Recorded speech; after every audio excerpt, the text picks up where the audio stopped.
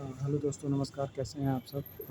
जैसा कि जानते हैं कि मैंने अभी रिसेंटली में एक यूट्यूब चैनल शुरू किया है, जिसका उद्देश्य यही है कि जो देश के ज़रूरी मुद्दे हैं, करंट टॉपिक है, जिस पे सही में लोगों को सोचना चाहिए।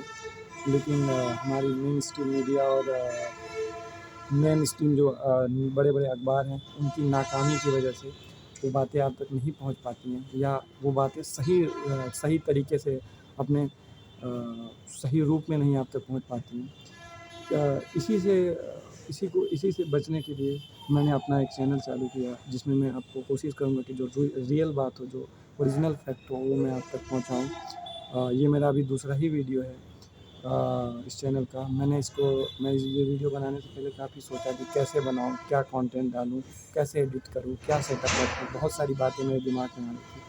फिर मैंने लास्ट में यही सोचा कि मेरा उद्देश्य ये है कि सिर्फ़ जो रियल बातें हैं, सही बातें हैं, वो फैक्ट के साथ आप तक पहुँच पाए। तो इसी उद्देश्य से मैंने चालू किया। तो मैंने कहा चलो ठीक है, शुरू करते हैं, सारी चीज़ें धीरे-धीरे सही हो जाएँगी। पहले मैं ऐसे ही कैमरा उठाता हूँ और अपनी बातें रखना शुरू करता हूँ। अभी बहुत सारे मैं इसमें चीज़ें सीख भी रहा हूँ। अपना कंटेंट और इंक्रीज़ करूँगा, अपनी क्वालिटी और इंक्रीज़ करूँगा। लेकिन चलिए ठीक है, अभी मैं अपनी बातें रखता हूँ। देखिए, एक चीज़ और बता दूँ कि अगर आप बहुत शॉर्ट वीडियो के अगर आप शौकीन हैं कि बहुत जल्दी ही सब कुछ समझना चाहते हैं, तो शायद ये चैनल आपके लिए नहीं है। क्योंकि मैं ये जो भी इस पे जिस भी टॉपिक पे वीडियो बनाऊँगा, पूरा उसका डिटेल में आपको दूँगा, उसका फैक्ट दूँगा, और फिर उसके बाद से आप उसको पूरा समझ पाएँगे, उसकी रियल बातें क्या हैं। तो इसलिए थोड़ा ब्रीफ़ रहेगा ये वीडियो, बड़ा रहेगा, लंबा रहेगा, लेकिन मैं आपको पक्का बता रहा हूँ कि ये वीडियो देखने के बाद आप इस किसी भी टॉपिक पे पूरी बात समझ पाएँगे।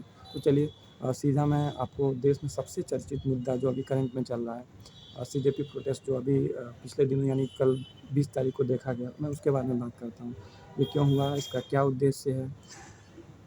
तो मैं बता दूँ कि अभी नीट का पेपर लीक का ये मामला चल रहा है। नीट का पेपर लीक ये इसी साल का मुद्दा नहीं है।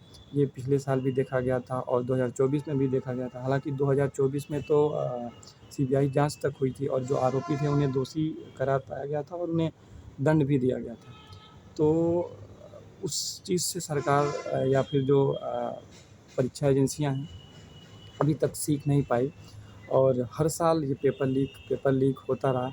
उसी तरह से इस साल भी हुआ, जिसकी वजह से सरकार को इस साल नीट के पेपर को रद्द करना पड़ा, जिससे आहत आकर जो परीक्षार्थी हैं, जो नीट का पेपर जैसे आपको पता होगा कि जो नीट का एग्ज़ाम देते हैं मेडिकल के लिए, वो बच्चे ज़्यादातर 17 से 22-23 साल की उम्र के ही लगभग होते हैं। जो थोड़े बच्चे होते हैं, मेंटली बहुत मैच्योर नहीं होते हैं, तो इसलिए उन्हें इतना बड़ा सदमा नहीं सहा गया बहुत सारे बच्चों को। उन्होंने अपना एग्ज़ाम दिया और पता चला पेपर लीक, और फिर गवर्नमेंट ने उसको कैंसिल कर दिया। तो कई सारे बच्चे इससे बहुत परेशान हुए और लगभग 22 बच्चों ने सुसाइड कर लिया। और ये मुद्दा इतना बड़ा हो गया, ना सिर्फ़ नीट के ही परीक्षार्थी बल्कि इसमें फिर और जो मुद्दे हैं और जो बड़े-बड़े एग्ज़ाम हैं, जो लगभग बहुत सा खुद आप अगर आप परीक्षार्थी होंगे तो आपको पता होगा कि भारत में अभी पेपर की क्या स्थिति है। बिल्कुल सरकार या फिर जो ज़रूरी परीक्षा कराने वाली जो एजेंसियाँ हैं, ये पेपर कंडक्ट नहीं करा पा रही हैं। तो पेपर लीक का जो मुद्दा हुआ, इसमें और भी सारे मुद्दे आके जुड़ गए। कोई अपने राज्य की बातें करने लगा, कोई अपने राज्य के पेपर लीक की बातें करने लगा, कोई अपनी बातें, तो सारे युवा जो परीक्षार्थी हैं, वो अपनी-अपनी बातें करने लगे और देश में पहली बार शिक्षा को लेके बहस होना शुरू हो गया। और इसी इसी के दौरान आपको पता होगा कि सीजेपी पार्टी, जो एक महाराष्ट्र के रहने वाले एक व्यक्ति ने अभी डिजिटली बनाई है, कोई अभी रजिस्टर्ड पार्टी नहीं है। वो उनका उस पार्टी में यही है कि वो युवाओं के लिए लड़ेंगे, युवाओं की आवाज़ उठाएँगे।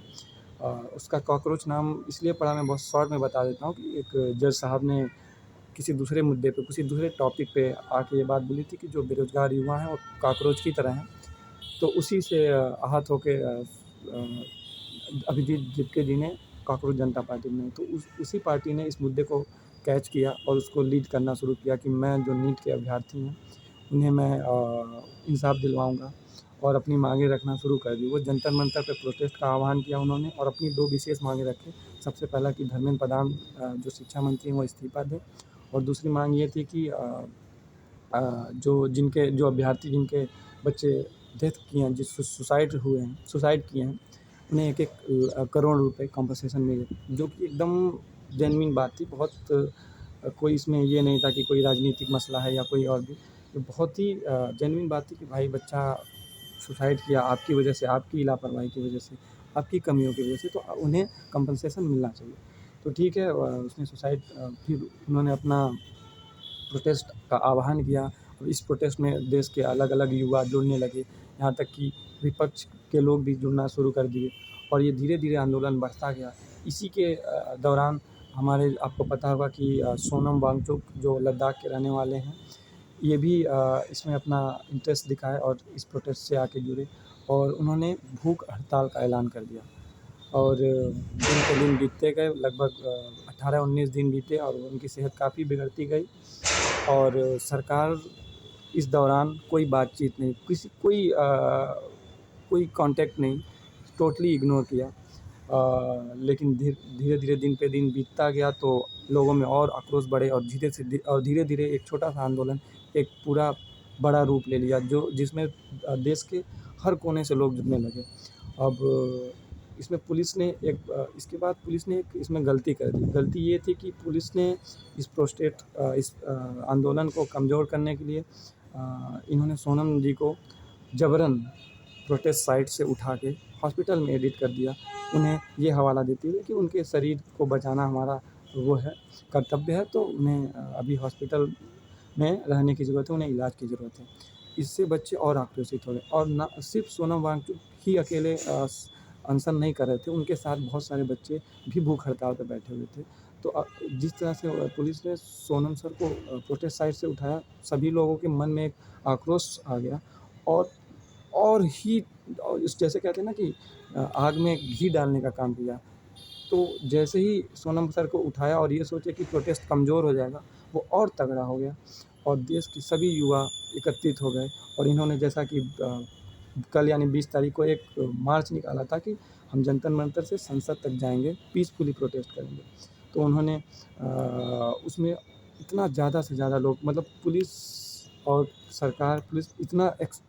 इतना सोची भी नहीं थी कि ये इतने लोग आ जाएंगे। और 20 तारीख को आता है, सारे देश के युवा, लड़के लड़कियां, महिलाएं, छोटे छोटे बच्चे सब लोग एकत्रित होते हैं और अपना पीसफुली मार्च स्टार्ट करते हैं। हालांकि वो कोशिश करते रहते हैं कि सरकार की तरफ से कोई बातचीत के लिए आए, लेकिन तब तक कोई नहीं आया। और इसमें एक बहुत ही महत्वपूर्ण बात ये है कि छात्रों में इतना संयम बरता। मैं आपको बताता हूँ कि आगे चल के प्रोटेस्ट में क्या हुआ। छात्रों ने पूरी तरह से पीसफुली प्रोटेस्ट किया, अपनी मांग रख रहे थे वो। लेकिन दूसरी तरफ से जो पुलिस का रवैया था, आपको पता होगा कि सरकार में पुलिस का रवैया कैसा रहता है, वो उसी तरह से था। छात्रों पे लाठियाँ बरसाना, डंडे बरसाना, छात्रों को मार के उनका सिर फोड़ देना, आंसू गैस के गोले दागना, और जिसके रिस्पॉन्ड में छात्र काफ़ी संयम बरते, बहुत ज़्यादा संयम बरते। थोड़ा बहुत छूट-फूट पथराव की घटना आई, वो तब आई जब छात्रों के साथ एकदम कहते हैं ना कि पानी सिर से ऊपर चला गया, थोड़ी बहुत। लेकिन फिर भी छात्र ने अपना पूरी तरह से संयम बरता और देश में पहली बार एक आंदोलन इतना बड़ा रूप लिया। मैं बता रहा हूँ कि कुछ लोग तो संसद के गेट तक पहुँच गए थे और इतनी भयावह स्थिति, लेकिन इसके बावजूद भी ये सरकार झुकने को तैयार नहीं है। और इनकी इतनी छोटी सी मांग है क्या कि बस धर्मेंद्र प्रधान का इस्तीफ़ा, और जो कि एकदम जायज़ है। वो शिक्षा मंत्री हैं, उनकी क्रेडिबिलिटी है, उनकी अकाउंटेबिलिटी है। उन्हें ये लेना चाहिए कि आपके शासन में एक भी पेपर आप सही से नहीं करा पा रहे हैं, तो वो तो आपको ये लेना चाहिए, आपको स्वतः ही इस्तीफ़ा देना चाहिए। लेकिन ये बेशर्म लोग अपने सीट को, अपनी जगह को छोड़ने के तैयार नहीं हैं। अब जो करंट स्थिति ये है कि अभी भी सोनम सर ने अपना भूख हड़ताल जारी ही रखा है और अब ये है कि आंदोलन तो फिलहाल में वहाँ से प्रोटेस्टर को हटा दिया गया, कुछ लोग वहाँ पे बैठे हुए हैं। लेकिन इसमें सबसे बड़ी बात ये है कि विपक्ष के लोग भी बहुत अच्छे से अपनी भूमिका, जैसे चंद्रशेखर रावण आपको पता होगा, उन्होंने अपनी बात रखी, कई सारे लोग इसमें अपना समर्थन दिए। अभी ये प्रोटेस्ट एक ऐसा प्रोटेस्ट बन गया कि बहुत ही देशव्यापी प्रोटेस्ट है, कोई किसी एक व्यक्तिगत प्रोटेस्ट नहीं रहा। तो अब सरकार को सोचना होगा, इस पे विचार करना होगा और इन युवाओं की बात को समझना होगा, पहली बात। अब देखिए इसमें मेरा क्या मानना है, मेरा मानना ये है कि इस सरकार को लोग कह रहे हैं कि आप शिक्षा मंत्री इस्तीफ़ा दें, पेपर सही कराएँ। मैं आपको बताता हूँ, इस देश में बहुत सारे मुद्दे हैं, इतने बड़े-बड़े मुद्दे, जैसा कि आपने देखा अभी राम मंदिर बन गया, अभी मथुरा बाकी है, अभी काशी बाकी है, अभी इस देश को हिंदू राष्ट्र बनाना है। तो इतने बड़े-बड़े मुद्दे हैं, लेकिन आप इतने छोटे से मुद्दे कि 20 बच्चों ने सुसाइड कर लिया, 22 बच्चों ने सुसाइड कर लिया, इतने छोटे-छोटे मुद्दे को लेकर आप किसी ईमानदार मंत्री का इस्तीफ़ा लोगे, तो ये कहाँ तक जाएगा? मुझे लगता है कि सरकार को इन छोटे-छोटे बातों पे ध्यान नहीं देना चाहिए और जिस तरह से वो चलते हैं उन्हें चलने देना चाहिए, क्योंकि 20 बच्चे, 22 बच्चे का मर जाना कौन-सी बड़ी बात है, बहुत छोटी बात है।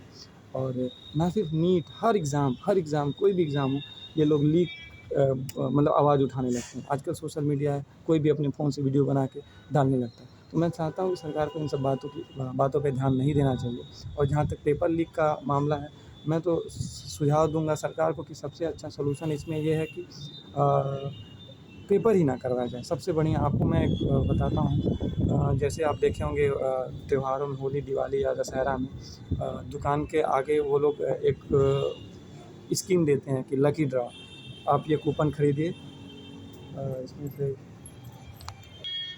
माफ़ करिएगा, बीच में थोड़ा वीडियो कट हो गया। तो मैं यही कह रहा हूँ कि जैसे कि त्योहारों में आप देखते होंगे कि दुकानों के बाहर लोग लकी ड्रा निकालते हैं कि इसमें से पहले लकी विजेता को फ्रिज मिलेगा, सेकंड लकी विजेता को ये मशीनें मिलेंगी, कूलर मिलेगा, ये मिलेगा। तो उसी तरह से सरकार को पेपर करवाने ही नहीं चाहिए। एक फॉर्म फिल करवाएँ और उस पे बता दें कि इसमें से जो लकी विजेता रहेंगे, पर्ची सिस्टम वाला, जिसका नाम आएगा उसे नौकरी दी जाएगी, उसका सिलेक्शन होगा। तो ये वाला सबसे बेस्ट ऑप्शन रहेगा, मुझे लगता है। ना रहेगी बाँस, ना बजेगी बाँसुरी, क्योंकि अगर आप पेपर करवाओगे, जो बच्चे ईमानदारी से पढ़ेंगे, लीक होगा तो वो आवाज़ उठाएँगे। अगर आप ये वाला सिस्टम कर दोगे तो इसमें कोई कुछ नहीं कह पाएगा, क्योंकि आप सीधा उनसे ये कह सकते हैं कि आपका नाम नहीं आया, आप नेक्स्ट टाइम ट्राई करिए, ये बात। और जहाँ तक बात रही कि युवाओं की कि